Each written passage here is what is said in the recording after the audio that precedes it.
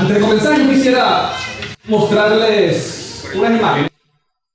Podemos estar, hermano, que hay cosas que no salen mucho a la luz pública, pero que confirman la palabra de Dios. Por ejemplo, ustedes sabían acerca de estas murallas en Rusia, donde son piedras, se le llaman piedras o rocas megalíticas. ¿Cómo son cortadas? Para que encaje perfectamente. Miren el tamaño de una persona, con ese es el tamaño de una piedra de la imagen. Otra imagen es acerca de un esqueleto o de huesos humanos grandísimos. Pero esto no sale a la luz mucho. ¿Por qué? Porque esto confirma de que lo que Dios ha dejado en su palabra es verdadero.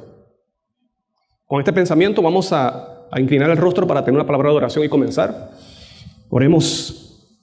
Eterno Padre que moras en lo alto de los cielos, muchas gracias te damos, Señor, por la oportunidad que nos das de congregarnos, y en este momento que vamos a abrir tu palabra, guíanos, y lo que vamos a conversar en estos cortos minutos sea de gran bendición espiritual para nosotros y para aquellas personas que tal vez no tienen un conocimiento de la palabra de Dios, también pueda comprender estas enseñanzas. En el nombre santo de Jesús, amén. Si usted trajo la Biblia, vamos a sacar un momento la Biblia y vamos a leer mucha parte de Esdras y del libro de Daniel. Ustedes saben, hermanos, que el pueblo de Israel fue llevado cautivo a Babilonia. Y por eso que nosotros vamos a estudiar en estos minutos el Dios de ¿qué? El Dios de la historia. Cómo la historia confirma acerca de la existencia del Dios y lo que dejó en su palabra. Vamos a buscar en Daniel, capítulo 1, mira lo que dice. Vamos a buscar rápidamente Daniel. El pueblo de Israel fue exiliado a Babilonia en el año 605 o 606 aproximadamente por el rey Nabucodonosor. Dice Daniel 1, en el tercer año del reinado de Joacim, rey de Judá, vino Nabucodonosor, rey de Babilonia, a Jerusalén y la sitió. El versículo 2, el Señor entregó en sus manos a Joacim, rey de Judá, y parte de los utensilios de la casa de Dios los trajo a tierra de Sinar, a la casa de su Dios, y colocó los utensilios en la casa del tesoro de su Dios, y ese Dios es Marduk, que es el Dios de Babilonia, que era el patrono, dice que era el patrono de la ciudad de Babilonia. Así que Daniel forma parte de ese primer grupo que llevan exiliado a Babilonia. Y uno se pregunta, ¿por qué el pueblo de Israel fue exiliado a Babilonia? ¿O por qué Dios permitió que Babilonia sitiara a Jerusalén? Vamos a buscar a Esdras, y mira lo que dice Esdras. Esdras da la razón por la que el pueblo de Dios fue exiliado a Babilonia. Esdras 5:12 dice, pero después que nuestros padres provocaron a ira a Dios de los cielos, Él los entregó en manos de Nabucodonosor, rey de Babilonia. ¿Cuál fue la causa? Provocaron a ira. ¿Por qué? Dice Nabucodonosor, rey de Babilonia, caldeo, el cual destruyó esta casa y llevó cautivo al pueblo a Babilonia. Cuando dice la palabra de Dios que provocarán a ira, es referente al pecado. Mira lo que dice Nehemías. Vamos a buscar Nehemías 1:6 dice, esté atento ahora tu oído y abierto tus ojos para oír la oración de tu siervo, que hago ahora delante de ti, día y noche. Por los hijos de Israel, tus siervos, confieso los pecados que los hijos de Israel hemos cometido contra ti. Sí, yo y la casa de mi padre hemos pecado. En extremo nos hemos corrompido contra ti, dice Nehemías, y no hemos guardado los mandamientos, estatutos, preceptos que diste a Moisés. Entonces, ¿cuál fue la causa de que Dios permitió que el pueblo de Israel fuera sitiado? Los pecados. Se corrompieron, dejaron a un lado los mandamientos y los principios de Dios. Pero a pesar de que fueron llevados al exilio, Dios dio un periodo de tiempo que estuvieran exiliados. Mira lo que dice, vamos a buscar ahora Daniel. Mira lo que dice Daniel 5:30. La misma noche fue muerto Belsasar, rey de ¿qué? De los caldeos, o sea, de Babilonia. Y Darío, de Media, cuando tenía 62 años, tomó el reino. Dios había permitido que Babilonia tomara a Israel, pero Babilonia también tuvo un tiempo. Y eso estaba registrado en el libro de Jeremías. Por 70 años iban a estar cautivos. Por eso que Daniel, cuando ve que ya se está acercando el fin de los 70 años, mira la oración que hizo. Vamos a buscar Daniel 9. Daniel 9, 1, 2. En el primer año de Darío, hijo de Asuero, de la nación de los Medos, que vino a ser rey sobre el reino de los caldeos, en el primer año de su reinado, yo, Daniel, miré atentamente los libros del número de los años en que habló Jehová al profeta Jeremías, en los que había de cumplirse las desolaciones de Jerusalén. ¿Cuántos años? 70 años. Y cuando él ve que se está acercando, él luego ora a Dios y le dice, bueno, Señor, ya se está acercando el fin del cautiverio, haz algo. Y por eso que después que fue Medo-Persia, conquista a Babilonia, Ciro, el rey, porque el Darío que se nombra aquí era el general de Ciro, y hace un decreto a favor del pueblo de Israel. Mira lo que dice Esdras 1. Buscar Esdras 1. Y está pendiente, hermano, que es el Dios de la historia. Mira lo que dice Esdras 1. Vamos a leer el versículo 2. Así ha dicho Ciro, rey de Persia, Jehová de los cielos, me ha dado todos los reinos de la tierra y me ha mandado que le edifique una casa en Jerusalén que está en Judá. Así que entonces Ciro hace el primer decreto para que el pueblo de Israel y edifique el templo. Pero no solamente es un solo decreto. Este decreto fue en el año 538. En el año 520, ahora Darío hace otro decreto. Vamos a buscar Esdras 6. Mira lo que dice Esdras 6, 1 adelante. Entonces el rey Darío dio la orden de buscar en la casa de los archivos donde guardaban los tesoros allí en Babilonia, y fue hallado en Admeta, en el palacio que está en la provincia de Media, un libro en el cual estaba escrito así: memoria, en el año primero del rey Ciro. El mismo rey Ciro dio la orden acerca de la casa de Dios, la cual estaba en Jerusalén, para que la casa fuera reedificada como lugar para ofrecer sacrificio, y que fueran puestos los cimientos, su altura de 60 codos y 60 codos de ancho. El 6. Ahora pues, Tagnai, gobernador del otro lado del río, Setabosnai, y vosotros, los gobernadores que estáis al otro lado del río, alejaos de allí, dejad que se haga la obra de esa casa de Dios, que el gobernador de los judíos y sus ancianos reedifiquen esa casa de Dios en su lugar. Esto fue en el año 520. El primer decreto lo hizo Ciro, luego lo hizo Darío. Y luego, a pasar el tiempo, surge el tercer decreto por Artajerjes. Miren lo que dice Esdras 7, 11. Esta es la copia de la carta que dio el rey Artajerjes al sacerdote Esdras, escriba versado en los mandamientos de Jehová y en sus estatutos dados a Israel. Artajerjes, rey de reyes, a Esdras, sacerdote y escriba erudito en la ley de Dios del cielo, paz, he dado la siguiente orden: todo aquel que en mi reino pertenezca al pueblo de Israel, a sus sacerdotes y levitas, que quiera ir contigo a Jerusalén, que vaya. Y el versículo 25, mira lo que dice: y tú, Esdras, conforme a la sabiduría que tienes de tu Dios, pon jueces y gobernadores. O sea, está dando un decreto acerca de reedificar la ciudad. Mientras que las anteriores fueron del templo, el tercer grupo sale liderizado por Nehemías. Dice que duraron 5 meses hasta llegar a Jerusalén, de Babilonia hasta Jerusalén. Y luego comenzaron a levantar los muros de Jerusalén. Pero qué interesante, hermanos. Aquí pasó algo triste.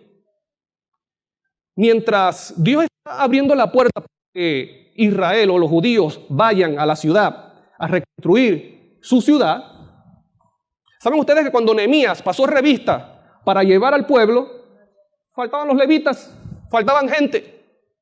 Mira lo que dice. Vamos a buscar Esdras 8, 15.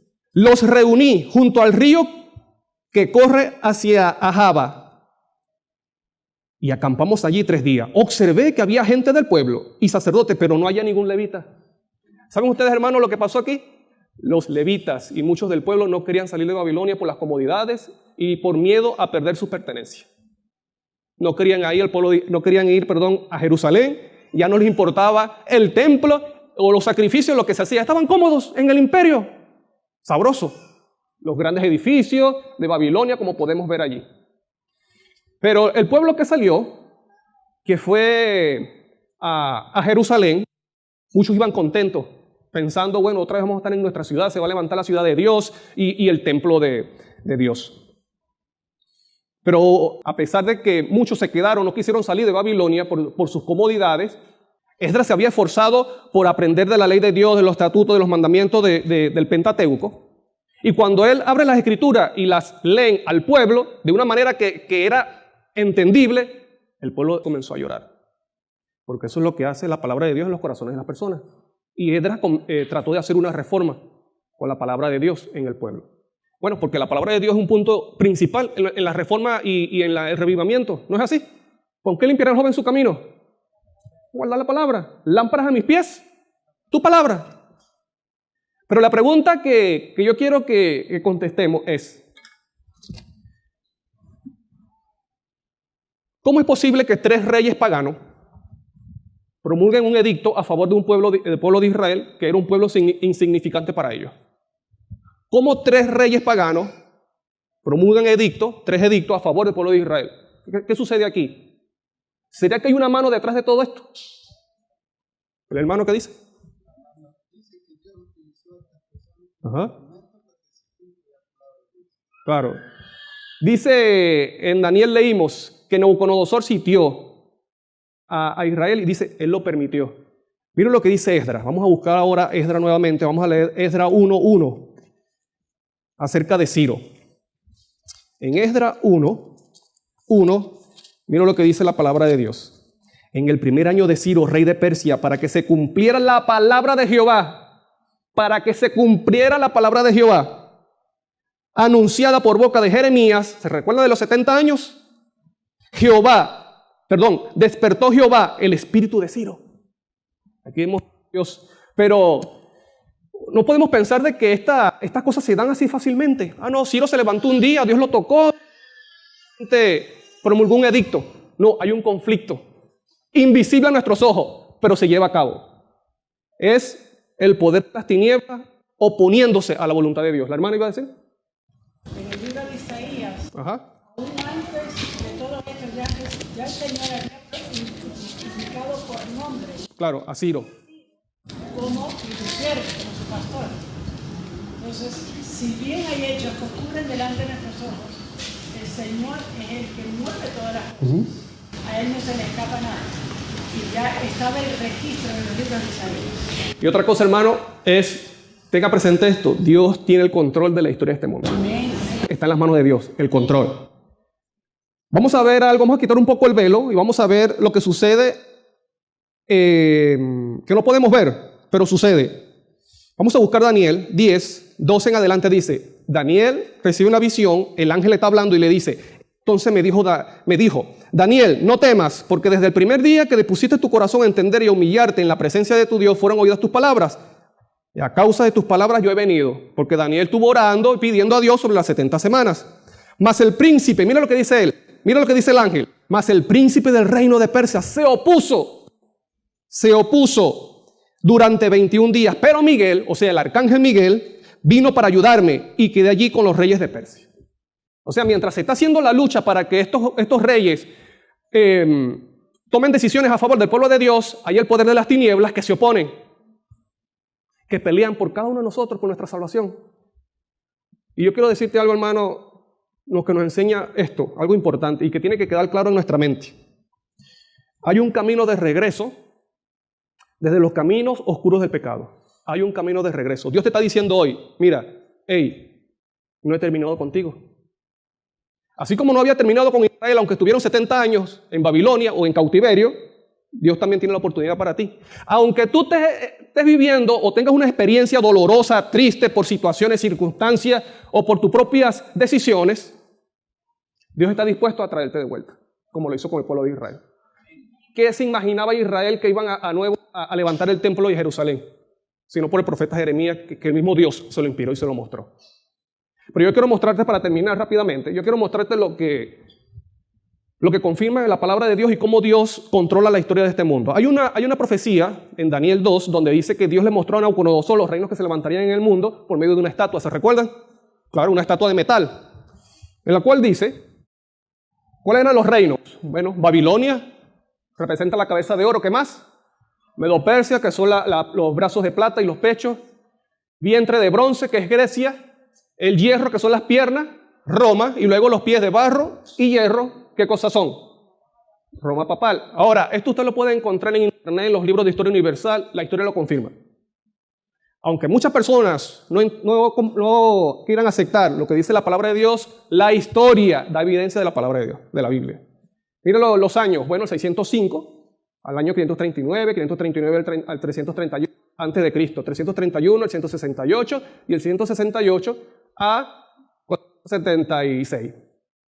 Si los metales significan imperio o poder político, ¿qué creen ustedes que significa el barro? Pregunto, ¿el barro es metal? No, quiere decir que es otra cosa, ¿verdad? ¿Qué es el barro? El Estado. Bueno, ¿con qué cuando yo le digo barro, qué se le viene a la mente? Barro. En la creación, ¿cómo creó Dios el cuerpo del ser humano? Con barro. Exacto. Ahora vamos al siguiente versículo, lo que dice Efesios. Las casadas, Efesios 5, dice, las casadas estén sujetas a sus propios maridos como el Señor, porque el marido es cabeza de la mujer, así como Cristo es cabeza de la iglesia, la cual es ¿qué? Es su cuerpo y Él es su Salvador. Pues no dio jamás el cuerpo, sino que lo sustenta y lo cuida. También Cristo a la iglesia, quiere decir que la iglesia representa el barro. Ahora te pregunto, ¿es una iglesia fiel a Dios o corrompida? Una corrompida porque es lo que dice Apocalipsis 17. Buscar Apocalipsis 17, porque aquí también vemos historia. Apocalipsis 17, versículo 1 y 2, dice, vi uno de los 7 ángeles que tenía las 7 copas y habló conmigo diciendo, ven acá y te mostraré la sentencia contra la gran ramera, la que está sentada sobre muchas aguas. Con ella han fornicado los reyes de la tierra. Mientras que la iglesia de Dios dice que es la esposa o la mujer de Cristo, se relaciona con Cristo Jesús, esta tiene relaciones ¿con quién? Con los presidentes, por eso es que es una iglesia apóstata. Pero está sentada sobre muchas aguas, o sea que tiene dominio sobre naciones, pueblos, muchedumbre, lenguas. ¿Me explico? ¿En qué etapa estamos nosotros? En los pies, en un poder político religioso que surge del antiguo imperio romano. Ahora lo estamos viendo ahora en este tiempo. Estos son líderes políticos y miren la seña que utilizan. ¿Qué representa eso? La mano sigue haciendo cornudo. ¿Qué es eso? ¿Reina quién? Reina Satanás. Y por eso los políticos utilizan esta seña para saludarse. Pero qué interesante, porque estamos viendo que es un poder político, ¿qué más? Religioso. Yo puse aquí el ejemplo de un cantante de rock, porque muchas veces se tiene que, no, los satánicos son los rockeros, pero ¿qué pasa con los políticos? Con aquella persona que se viste de saco y corbata, también. Pero no solamente los políticos, sino también ¿quién? Un líder religioso del antiguo imperio romano.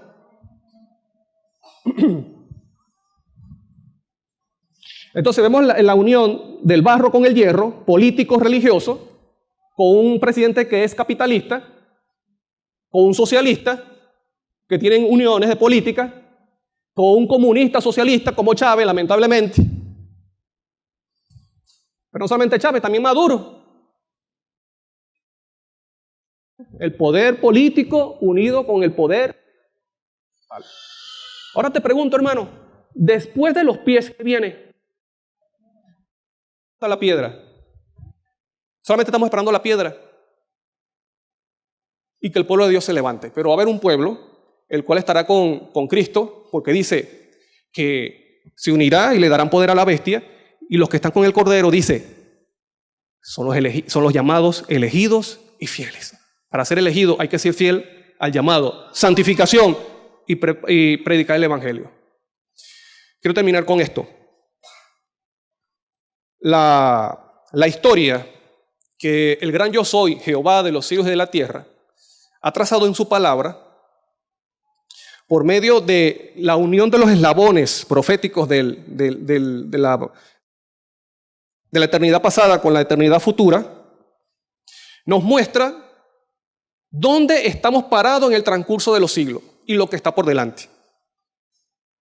Por lo tanto, todo lo que la palabra profética ha anunciado desde el pasado hasta el presente, está registrado fidedignamente en los registros de la historia de este mundo. Por lo tanto, podemos tener la seguridad que lo que está en el futuro se cumplirá, incluyendo la segunda venida de Cristo con poder y gloria. Porque todas las cosas de este mundo están al control de Dios. Y así como aquellas cosas en el pasado da evidencia del poder y de la veracidad de la palabra y del poder de Dios, hermano, tenga la seguridad, y amigos que nos visitan, Cristo también aparecerá con poder y gloria. Nos estamos preparando como Esdras con la palabra de Dios para poder entrar en la Jerusalén, pero ahora nosotros estando en la Jerusalén, en la patria celestial, salir de Babilonia, dejar las comodidades de lo que nos gusta en este mundo y prepararnos para la pronta venida de Cristo, donde entraremos en la patria celestial. ¿Cuántos levantando la mano quieren decir, Señor, ayúdame a prepararme para ese gran evento? Yo también. Dios les bendiga grandemente.